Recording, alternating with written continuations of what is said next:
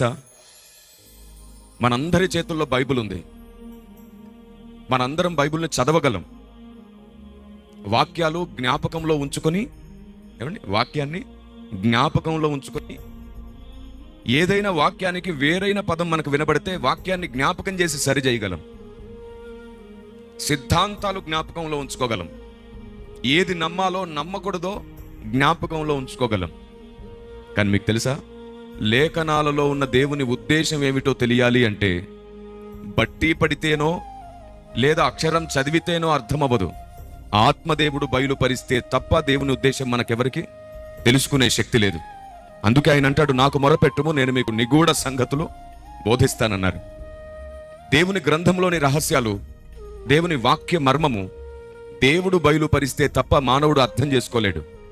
అందుకే భక్తుడైన పేతురు మాట్లాడుతున్నప్పుడు యేసు ప్రభు అంటారు ఏమిటంటే, ఈ సంగతులు పరలోకమందున్న తండ్రి తప్ప ఏ నరుడు నీకు దీన్ని బయలుపరచలేదు అని అంటాడు.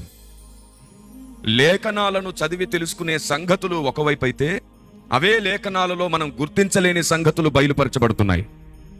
అవి దేవుడు బోధించకపోతే ఏ నరుడు తన పరిశోధనతో తెలుసుకోలేడు. పరిశోధనతో బైబిల్ గ్రంథంలో ఒకేలాగా కనబడే సందర్భాలను, వాక్యాలను జతపరచొచ్చు, సిద్ధాంతాలను బలపరుచుకోవచ్చు.